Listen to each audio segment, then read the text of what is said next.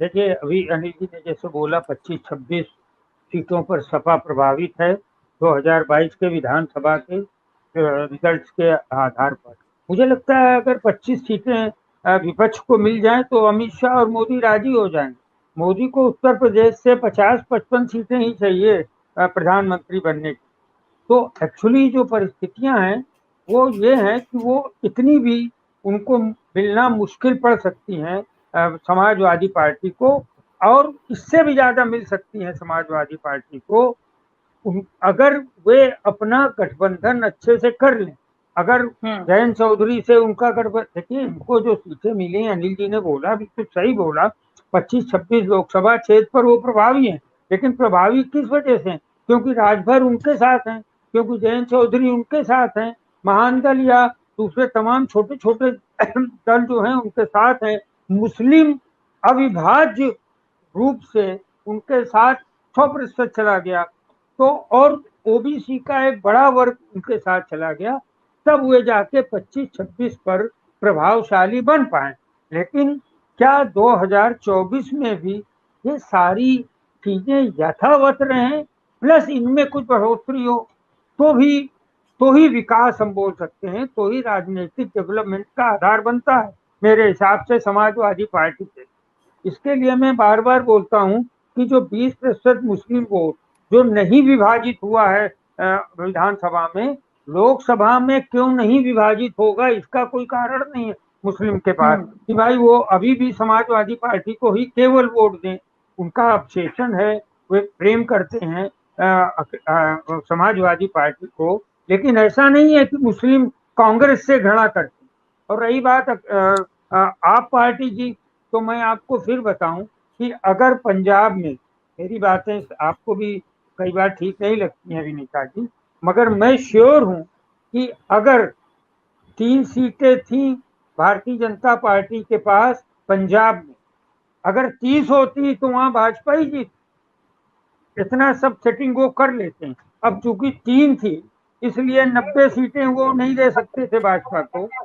मेरी मेरी अपनी ये राय है जो हमेशा आगे बनी रहेगी कि वहां पर आप जीती नहीं है, उसको स्ट्रेटजी बनाकर जिताया गया। और जो अभी बोला मतलब कि आप ये कह रहे हैं कांग्रेस कि में, मायावती को भी टीम भी कहा जाता है, बीजेपी की और आम आदमी पार्टी को भी कहा जाता है, तो ये लगभग काफी कुछ प्रत्यक्ष दिखने लगा है, ये कह रहे हैं सर बिल्कुल आप? बिल्कुल बी टीम, हम आपको आपको तो वो बी टीम बनाना चाहते हैं क्योंकि उन्होंने कह दिया मैंने फ्री में आपको एक पंजाब स्टेट दे दिया। अब चूंकि मेरे पास तो आने वाला नहीं था, जाने वाला था 100% कांग्रेस के पास। अब कांग्रेस से निकाल के हमने आपको दे दिया, अगर हम लेते तो हमारे ऊपर चार्ज लगता कि भाई हमने कुछ प्री लोडिंग ईवीएम या कुछ ऐसा किया है। तो उस चार्ज से बचने के लिए उन्होंने आपको वो जिता दिया। मैं इस बात पर हमेशा श्योर रहूंगा आगे 10-20 साल। तो आप उनके लिए कभी खतरा नहीं है, इनके लिए नरेंद्र मोदी के लिए खतरा केवल कांग्रेस है, जैसा कि अनिल जी ने भी बोला और दूसरे सब बोलते हैं। ऐसे में विनीता जी हमें आंख खोल कर देखना पड़ेगा, अखिलेश जी को भी देखना जी। पड़ेगा कि क्या कांग्रेस के साथ गठबंधन ना करके, देखिए अगर वो बोल देते हैं कांग्रेस मुक्त भारत, नरेंद्र मोदी तो उनके पापा का भारत थोड़ी ना है ना, दामोदर जी का, कि जो वो कह देंगे वही होगा। तो और दूसरे लोगों के साथ भी है, हमारे पापा का भी भारत है। अगर नरेंद्र मोदी के पापा का है तो अभिलाष अवस्थी के पापा का।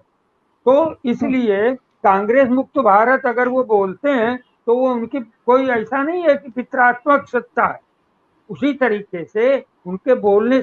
इसलिए मैं बार बार ये बोलता हूं कि ये सीटें 50 तक पहुंचे, 50 से ज्यादा पहुंचे, 2024 का खेल है।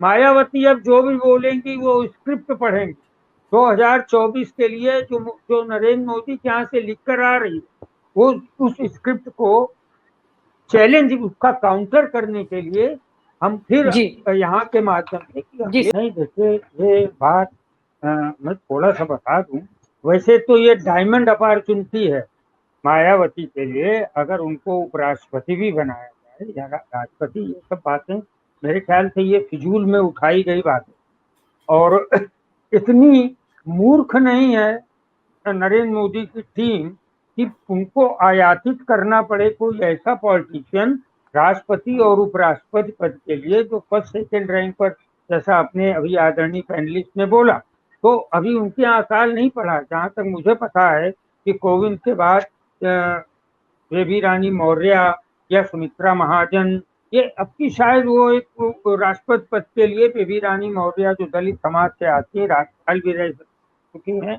और अभी मिनिस्टर भी हैं, ऐसे कुछ नाम आएंगे। और ये सब बातें तो मतलब मेरे ख्याल से मायावती का खेमा ही अगर ये उठा रहा हो अपने को प्रासंगिक बनाए रखने के लिए, तो मुझे ताजुब नहीं। मायावती के भी कुछ लोग ऐसे हैं जो मीडिया में हैं, जिन्हें मैं पर्सनली जानता हूँ, लखनऊ के लोगों को है। तो ये संभावना को मैं जीरो मानता हूँ कि उनको भारतीय जनता पार्टी, देखिए जब हम खुद ही मिट चुके हैं, जब हमारी संभावना लगभग खत्म हो चुकी है, हम समाप्ति के कगार पर हैं, अगर हम मिटे नहीं है तो मिटने की कगार पर हैं। मायावती के साथ वही हो चुका है, मुस्लिम उनको छोड़ चुके हैं, दलित उनसे लगभग विरक्त हो चुके हैं। तो अब ऐसे में हम उनको कोहनूर हीरा पकड़ाएं राजनीति का, इतना तो मतलब मूर्ख नहीं है भारतीय जनता पार्टी तो, और ना ही कोई और दल भी होगा। और इसलिए ये अप्रासंगिक होती चली जा रही हैं। तो उनकी नीयत ही ठीक नहीं है ना, पॉलिटिकल नीयत उनकी क्योंकि कभी कई बार स्टिंग ऑपरेशन और ये चीजें भी सामने आ चुकी है ना, इसलिए मैं ऐसा शब्द मैंने इस्तेमाल करना पड़ा। देखिए मैं मायावती को केवल एक बात का श्रेय देता हूँ और उनको सल्यूट भी करता हूँ। वो इस बात के लिए सल्यूट करता हूँ कि ये वर्ल्ड की पहला ऐसी पार्टी है, पूरे दुनिया का ऐसा पहला राजनीतिक दल है जो खुलेआम अपनी टिकट बेचते। दूसरे लोग जो हैं बंद दरवाजे पे टिकट बेचते हैं, मगर इनके कई स्टिंग ऑपरेशन हुए और वो खुलेआम, और ये सब लोग जानते हैं, जाइए इतने करोड़ लेके आइए, जाइए और मायावती आपको टिकट देंगे। बंबई से भी कुछ लोगों को हमने लेते टिकटें देखा है और पैसे देते भी कई बार जो है। वो सब बातें मैं यहाँ नहीं कहना चाहता। तो सल्यूट इसलिए कह रहा हूँ कि वो एक करप्शन भी बड़े जो है खुलेआम करते। इसके अलावा मायावती के नेताजी, मायावती की अपनी एक सीमा, मायावती सब उत्साह पर थी। उनको जो है मुलायम सिंह ने भी एक्चुअली अपनी खोपड़ी पे रखा था। मायावती को मुलायम सिंह ने भी, मायावती को आगे बढ़ाने में कभी मुलायम सिंह का भी हाथ रहा है। लेकिन आज क्या हुआ, मायावती के पास जो आप बताइए, अगर उनको उपराष्ट्रपति का, तो जिनके ऊपर क्रिमिनल केसेस हैं, उनको क्या उपराष्ट्रपति का प्रत्याशी बनाएगी भारतीय जनता पार्टी? अपनी ही बात के खिलाफ में जाएगी। केस भी उन्होंने लगाए हैं। और ऐसा सिर्फ मायावती के साथ नहीं है विनीता जी, यहाँ पर महाराष्ट्र में, यहाँ पर अक्सर शरद पवार के लिए भी बात उठती है कि उन्हें उपराष्ट्रपति बनाया जाएगा। कई बार रामविलास पासवान के लिए भी बिहार में ये बात उठी कि उनको उपराष्ट्रपति पद रखा जाएगा। वाघेला के लिए भी एक दो बार बात उठी।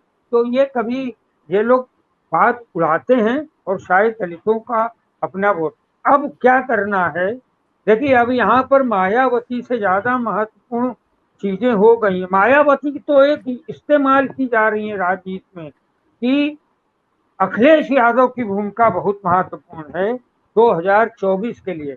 अगर 2024 में वो अमित शाह द्वारा बनाए गए चक्रव्यूह में फंस गए और वो खाली मायावती की तरफ देखते रहे, और वो अपने गठबंधन के लोग, प्लस देखिए 20% वोट है मुस्लिमों का, उसे विभाजित ना होने दें। और एक बात, जो दलितों का वोट है जो हट सकता है भारतीय जनता पार्टी से। और आप हमसे जुड़े रहने के लिए सब्सक्राइब करें YouTube पर, फॉलो करें ट्विटर पर और लाइक करें Facebook पर। और ज्यादा जानकारी के लिए आपको टाइप करना होगा सिर्फ न्यूज नशा।